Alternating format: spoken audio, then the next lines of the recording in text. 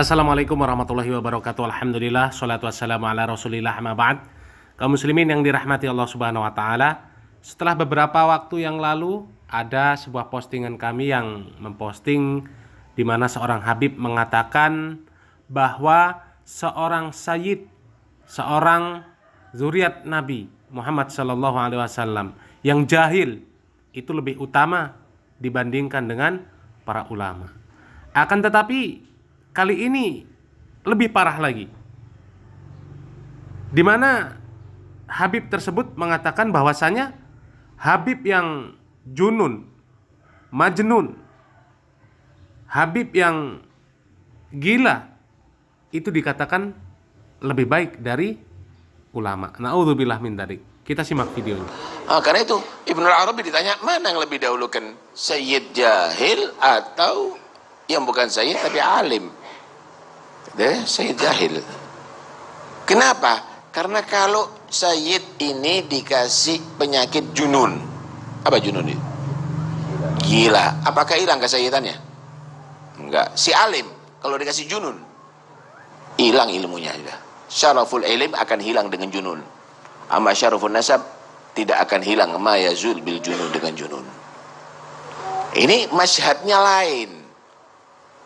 Kita lihat kiai-kiai dulu, ya, ulama-ulama di sini dulu, sampai mereka tadi itu bisa mencium bau. Ini bau sayyid ini. Kenapa? Karena melihat khususiyah. Tidak melihat basyariyah, melihat khususiyah. Manin tawat basyariyah tuh, dhaharat khususiyah tuh. Ya. Jadi kalau salah Kiai Hasan Genggong itu pernah buat jamuan. Ini ada tamu mulia nih, ada tamu. Bingung gitu, suruh nyediakan makanan buahan itu. Ayo, ini ada tamu. Rombongan tamu datang biasa. Kon mana yang tamu yang mana? Akhirnya, loh, kok ini yang datang kata? Tidak ada yang ketinggalan kamu? Tidak ada yang ketinggalan? Enggak ada, sudah rombongan sudah komplit dari sini. Enggak ada kata dia. Masih ada. Ya supir kata dia. Supirnya dipanggil, datang kan? Ini kata dia. Enggak taunya supirnya Sayyid. Enggak tahu supirnya Sayyid ya ini. Tamu yang kami tunggu kata dia. Ya itu masyhadnya lain. Karena itu kita kadang-kadang melihat apa ya? Ya karena masyhadnya kamu ada di situ dengan mata kepala, bukan dengan hati. Kalau dengan hati, ta'zimnya kepada Nabi akan kelihatan setiap saatnya Nabi ada di situ. Sama dengan kayu itu, tongkat itu. Kalau saya nggak salah, Imam Abu Hanifah waktu dengan Imam Ja'far Shadiq itu, ada tongkat yang dipakai, tongkat lama. Inginnya diganti yang baru atau bagaimana caranya ganti yang baru? Kamu nggak tahu ini tongkat siapa? Ini tongkatnya Rasulullah. Ambil dicium sama Sena Abu Hanifah itu. Cium jadi apa? Itu adalah kayu. Tahukah kamu yang di jasad ini adalah darah daging Rasulullah.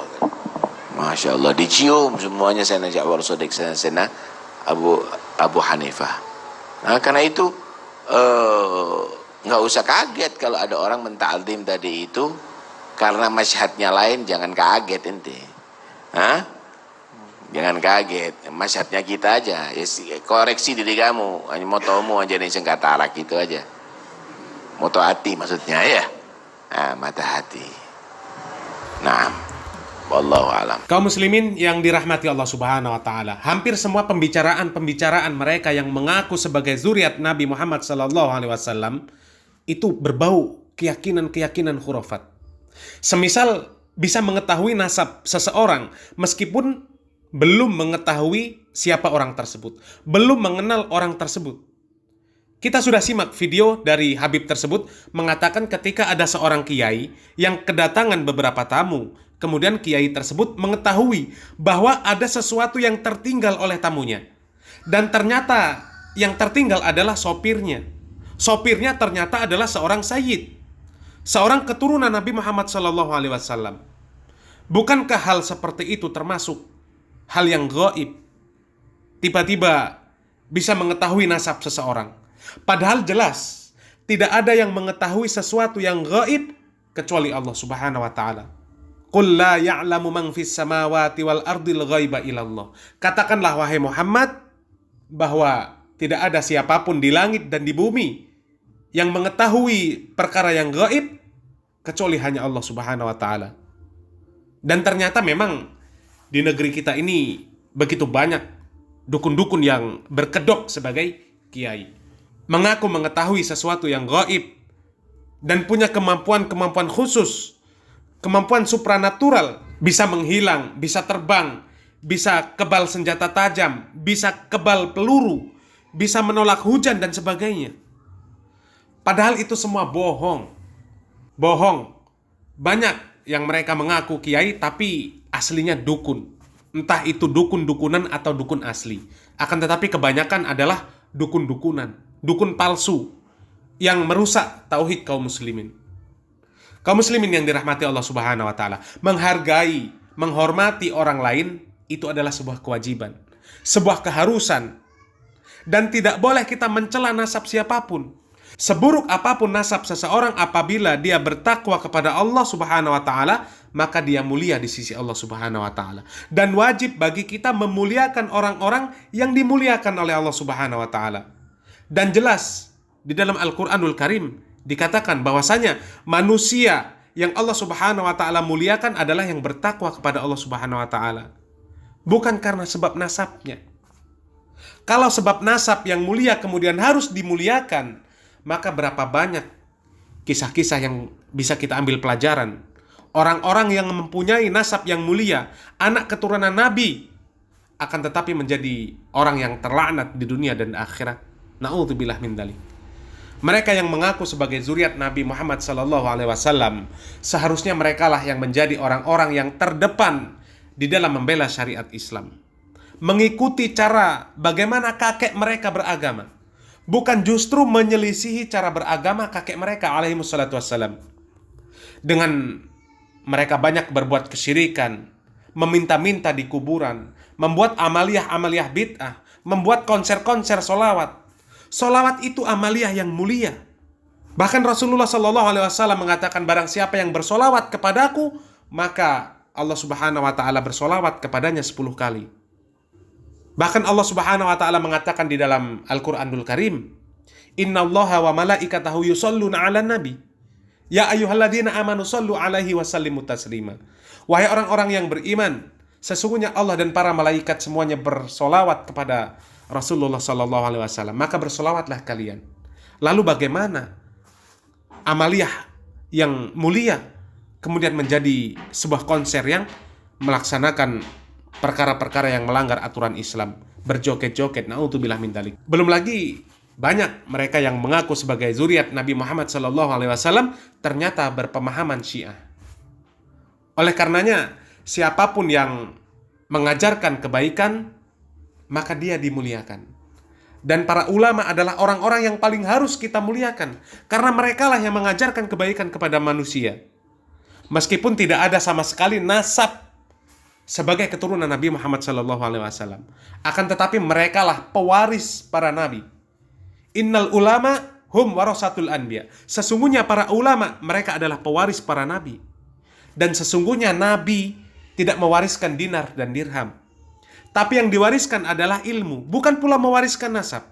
Bahkan Nabi Muhammad SAW pernah mengatakan kepada Fatimah, wahai Fatimah binti Muhammad SAW, aku bisa memberikan harta kekayaan, harta dunia kepadamu, akan tetapi aku tidak bisa menyelamatkanmu dari siksa Allah selama-lamanya. Artinya nasab tidak bisa menyelamatkan seseorang dari ancaman Allah Subhanahu wa taala. Dan menjadi lebih aneh ketika mengaku zuriat Nabi, meskipun orang yang majnun harus lebih diutamakan. Ini perkataan yang sesat dan menyesatkan. Dan ternyata banyak kaum muslimin yang termakan doktrin ucapan yang seperti ini. Mereka mengagung-agungkan orang yang disebut sebagai zuriat Nabi yang diberikan penyakit gila. Bahkan sebagian kaum muslimin, mereka menjadi pentafsir, menjadi mufassirin kaul-kaul orang majnun tersebut. Perkataan yang tidak bisa dicerna, mereka artikan. Kemudian mereka maknai sendiri, dan kemudian mereka yakini. Yang seperti itu adalah keyakinan-keyakinan batil. Tidak boleh diikuti. Bagaimanapun baiknya garis nasab seseorang, ketika dia menyelisihi sunnah Rasulullah SAW, maka dia adalah orang yang celaka. Dan seburuk apapun garis nasab seseorang, apabila dia mengikuti agama Rasulullah SAW, mengikuti dengan baik, maka dialah orang yang dimuliakan oleh Allah Subhanahu wa ta'ala. Semoga bermanfaat. Barakallahu fikum. Wassalamualaikum warahmatullahi wabarakatuh. Harus belajar dengan keturunan Nabi. Keturunan Nabi kalau pemahamannya tidak sama dengan Nabi, jangan belajar dari dia. Yang paling penting itu pemahamannya memiliki mata rantai. Kalau nasabnya saja sampai ke Nabi, tapi pemahamannya tidak sampai ke Nabi, jangan belajar kepada dia. Tapi kalau ada keturunan Nabi, nasabnya sampai, pemahamannya juga sampai ke Nabi Muhammad SAW, utamakan dia. Keturunan Nabi, nasabnya sampai ke Nabi, tapi gaya hidupnya beda dengan gaya hidupnya Nabi, jangan didekati. Dia kan manusia biasa juga, bisa berbuat salah, jangan kemudian didewakan. Keturunan Nabi, ini keturunan Nabi. Keturunan Nabi bukan Nabi. Keturunan Nabi Muhammad bukan Nabi Muhammad SAW. Keturunan Nabi Muhammad, kalau jalan di jalannya Nabi Muhammad SAW, baru kita jadikan panutan.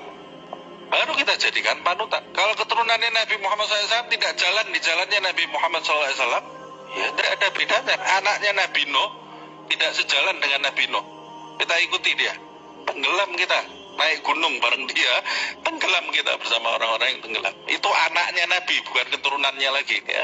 Anaknya Nabi, istrinya Nabi Nuh, istrinya Nabi Lut, kena azab dia.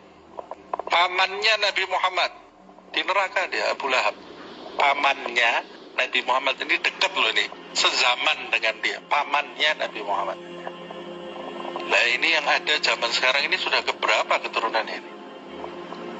Nanti dulu, jangan spekulasi, ini masalah agama ini ya. Loh, harus menghormati, wajib menghormati, wajib dihormati. Tapi kalau diikuti seakan-akan dia ini seperti Nabi, tidak ada salahnya, nanti dulu. Kalau salah ya harus salah, kalau benar harus benar. Nabi Muhammad sendiri, Sayyidah Fatimah anaknya sendiri, kalau Fatimah mencuri, aku akan hukum, aku akan potong tangannya, kata Rasulullah. Kalau Fatimah ini anaknya yang paling dicintai, kalau Fatimah mencuri, aku potong tangannya Fatimah. Tapi tidak mungkin Fatimah itu mencuri, itu permisalan yang dibuat oleh Nabi Muhammad SAW. Kalau dia salah, salah. Kalau benar, benar. Kalau benar, harus kita dukung. Kalau salah, ya jangan didukung. Kalau salah, kamu didukung, tenggelam kamu sama dia.